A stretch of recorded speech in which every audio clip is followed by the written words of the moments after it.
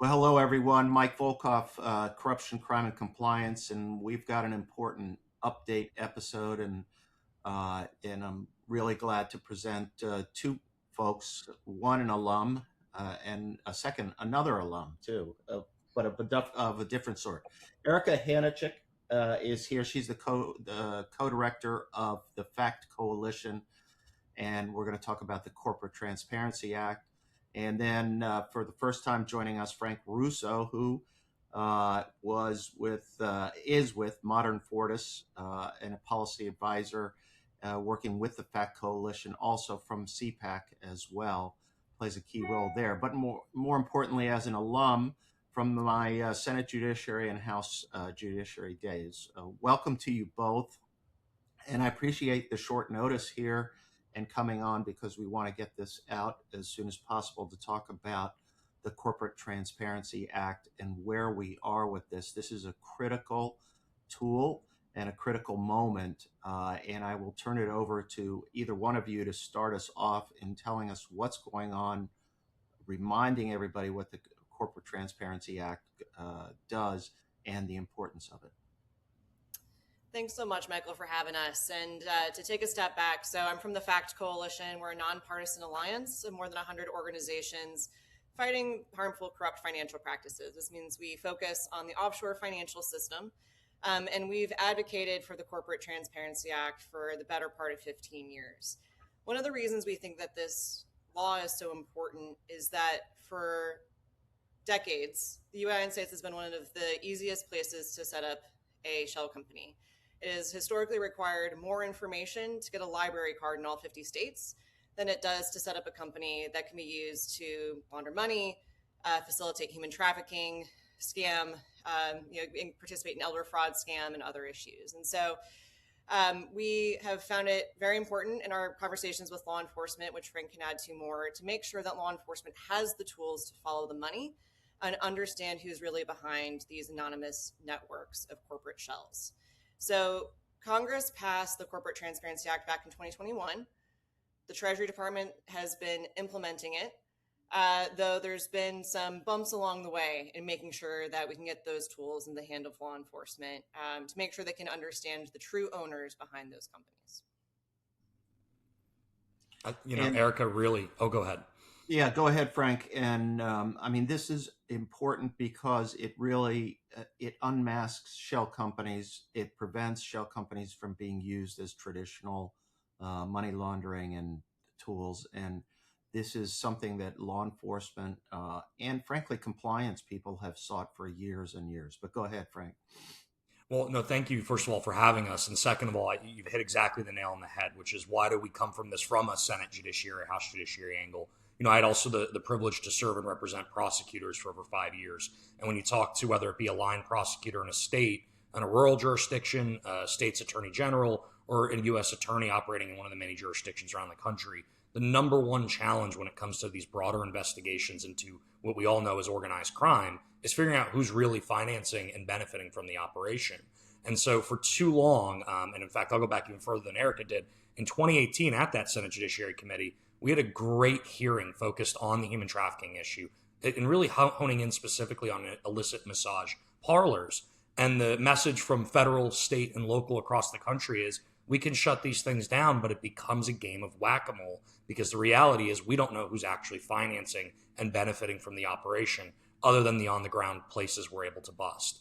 And so instead of forcing our law enforcement officials to protect the community one lucky guess at a time, we want to create a structure that is focused on giving those law enforcement leaders the tools they need to actually go eliminate the problem where it starts, and that source is who's funding it. And I'll just add quickly, what is the tool? What actually is reported? It's 4 pieces of information. It's the owner's name, date of birth, street address, and a copy of their driver's license or government ID. So it's all information that most small business owners have, either off the top of their head or in their wallet. And so it can go quite quickly to do this type of reporting. That information goes to a secure directory at the Treasury Department. And Erica, I mean, frankly, it's less than, if you want to open a bank account, okay? Opening a bank account, these days, and in what we're talking about.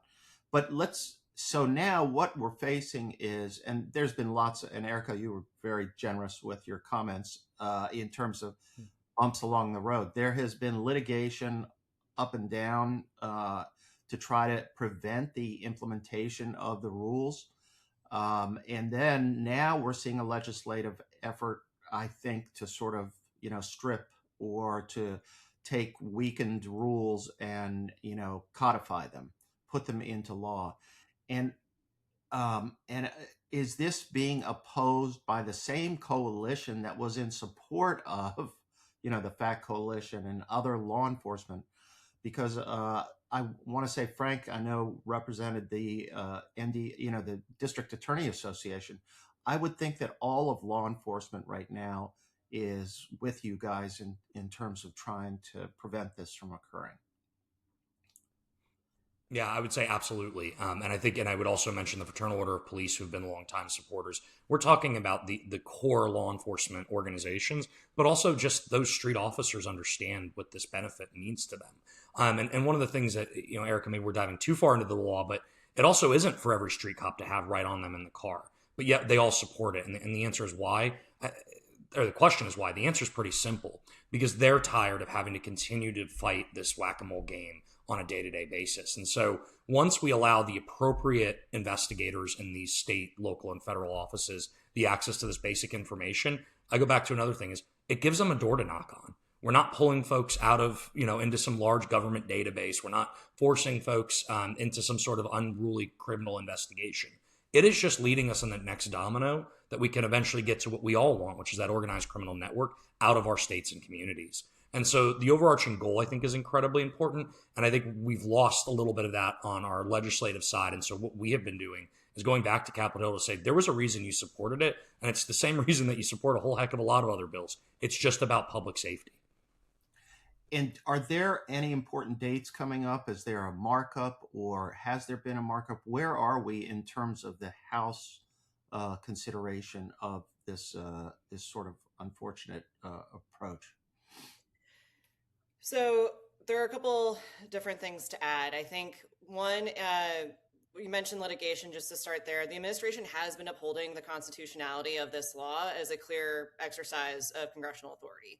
It's clear from a national security purpose, public safety purpose, tax purpose, why this is really important. And so the administration's been doing a great job of defending the law in the courts. When it comes to Congress, there's obviously been a lot of misinformation about how the law impacts small businesses, what's required of them, the threat of enforcement, which really this isn't a gotcha situation. Compliance is pretty simple, and then negligence isn't punishable under the law. So I think that the law's opponents have been really adamant about pursuing this and kind of changing the narrative in Congress. That said, the effort to repeal the law, was considered by the House Financial Services Committee earlier this year. It narrowly passed committee and faced bipartisan opposition. And so the opportunities for it to pass on the floor are limited, pretty narrow, if any.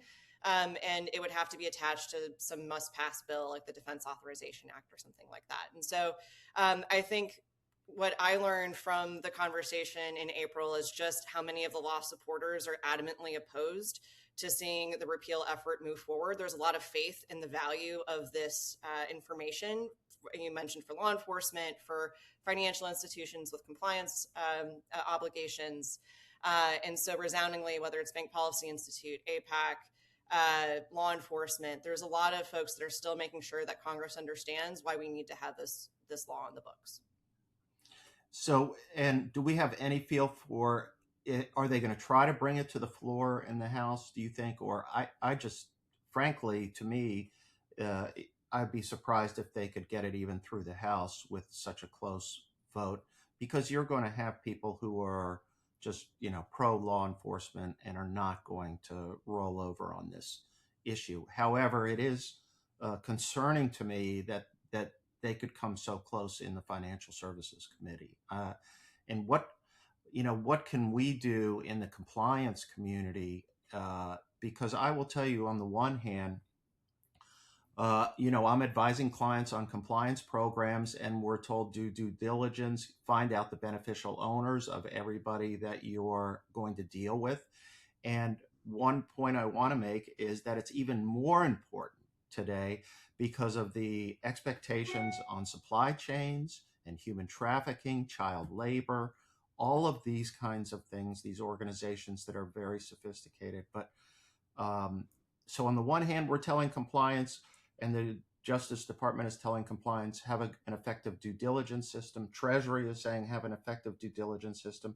And this is the foundation of it. I get asked all the time, how do I get the beneficial ownership information, or am I required to do so? So what can we in the compliance community do to help in this effort? And I'm going to try to sort of reach out to folks. This is one effort to do it, but also to reach out to some of the key folks in compliance to make sure that the bill doesn't get to the floor, and if it does, we have to stop it. But go ahead, you guys. That's great. Go ahead. All right, that's great. I think it's really important for members of Congress to hear from the compliance community. Look, I'm based in Washington, D.C.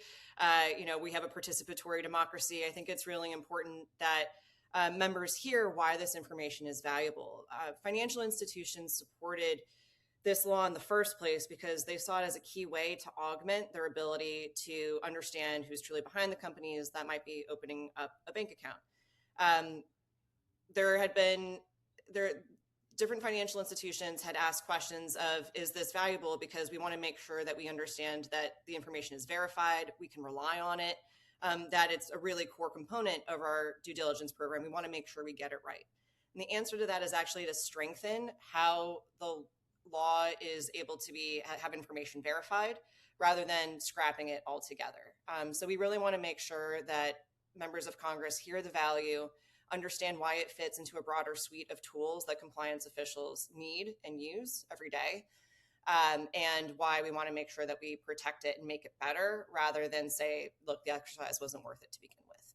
Right. Any ideas, Frank, where what we can do as well in terms of that? Because I want to get the message out, and I think you have a very receptive audience here in terms of what we need to do with regard to the Corporate Transparency Act. Absolutely. And one of the first things I'll say is the coalition that brought this bill together is the same one that can keep it strong and hopefully back on the same path. One of the first things I'll say is you did mention the anti-human trafficking community. We haven't even touched that element of it, which is there were large organizations from Polaris, as well as one of my other partners, the CPAC Center for Combating Human Trafficking, that also supported a lot of these efforts. And so it's not only bipartisan, it crosses issue sectors to say that all of us see the benefit. And the reality is it's been 5 years. And so there's an education gap, I believe, that exists right now, and that we certainly saw back when the bill started moving in the spring. And so really we need the compliance community to come and join us in that re-education effort, because in our view, the good news is once we do get a hold of those lawmakers, once we do explain the corporate benefits, the law enforcement benefits, the national security benefits, or even tie it to some of those specific anti-trafficking issues, there is an eye-opening moment, I say, for a lot of the members, which led to that bipartisan opposition within the committee itself. So it really is about bringing that coalition to bear, and we just need more folks knocking on doors throughout the House. And I would argue the Senate as well. I think we have a lot more of our champions still there, but we don't want to lose sight of the fact that I think the best lesson we've taken away from the last 5 years is that it needs to be a continuing education. I'm an attorney. We all love CLE days. I think this is one of those that is one for our entire public safety industry to say, we have got to remain positive in the benefits after the law passes. That's not when the work stops. In fact, in a lot of ways, that's where the work begins. And so we're actually pretty hopeful coming off the fact that we were able to turn what looked like a very partisan committee vote into a very bipartisan work to oppose the bill compared to the votes it got, which were not bipartisan. So that's kind of the game we're fighting right now. But I think it's one we can be successful in if we treat it like a team effort. And how does this fit in? Because I have been following this, but not as closely as I should be. But there have been efforts to sort of reform some of the FinCEN regulations that, for example, hit suspicious activity reports, other things that are going on. and look, I don't have a problem with looking at the laws and making them more effective. I do think that, for example, SARS reform is not a bad thing if it's done correctly. But on the other hand, is that combining in any way with this, or are there efforts to sort of link the two sort of concepts in any way? Have you seen that?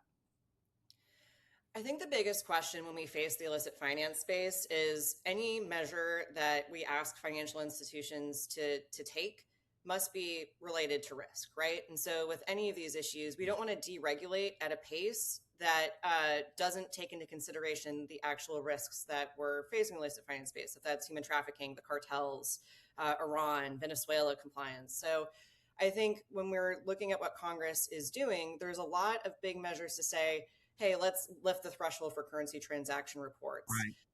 Let's, like you said, reform SARS. There's too much data coming in. It's not refined enough. And I think before we look at those legislative changes, we have to make sure that we're taking the steps, that there's a conversation happening between law enforcement and the private sector.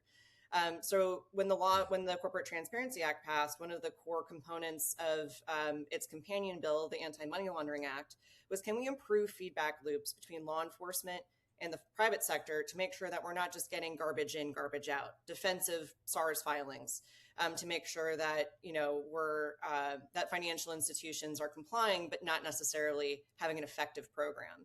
And so we want to make sure that that conversation can continue. We can make sure that any efforts are actually corresponding to risk. And that we're not just legislating deregulation at a time that law enforcement needs more information, not less, to combat the public safety threats that are currently facing the United States. Yeah, no, I'm all for keeping the focus on the CTA, the Corporate Transparency Act, and I think I'm going to make sure that we try to get the message out. Let me ask you this, because I want to wrap this up, and I appreciate your time, because this is sort of like an update that needs to go out as quickly as possible. Is if people want to get involved, or that can you give us some contact information, or if people have questions, need to talk to you, what's the best way to reach you all? I know you're in Washington, D.C., but there are a fair number of people. We couldn't just show up and knock on your door.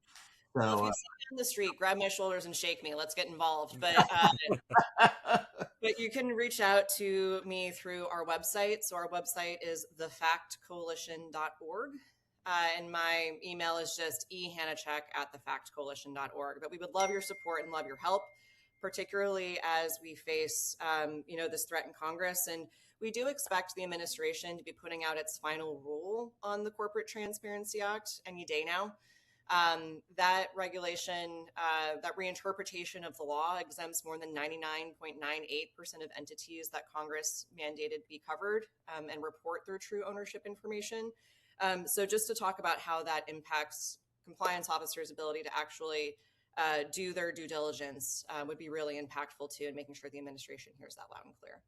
Yeah, no, we'll do that, and so we appreciate it. And Frank, any last thoughts before we let you go? I'll just add, similarly, would love for folks to reach out. I'm based here in Atlanta, but spend quite a bit of time in Washington, so I'll be on the first plane up as we try to educate our friends up on Capitol Hill and in the administration, at the same time, as Erica mentioned, that they are doing the great work to defend this and other tools within the financial toolbox for law enforcement.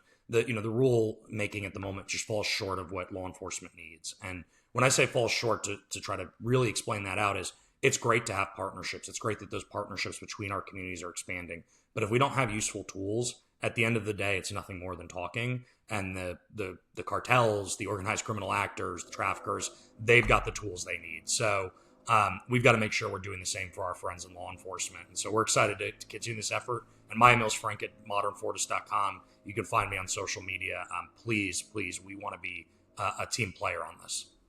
Great. Well, thank you both so much. This has been terrific. We'll circle back. We stay in touch on the CTA all the time, and we'll stay in touch. And if there are ways we can help, we'll make sure we coordinate with you all. But thank you again for your time. You both are great, and congratulations. Keep the effort going. And we really appreciate everything you do. Thank you so Thank much, you. Michael. Okay.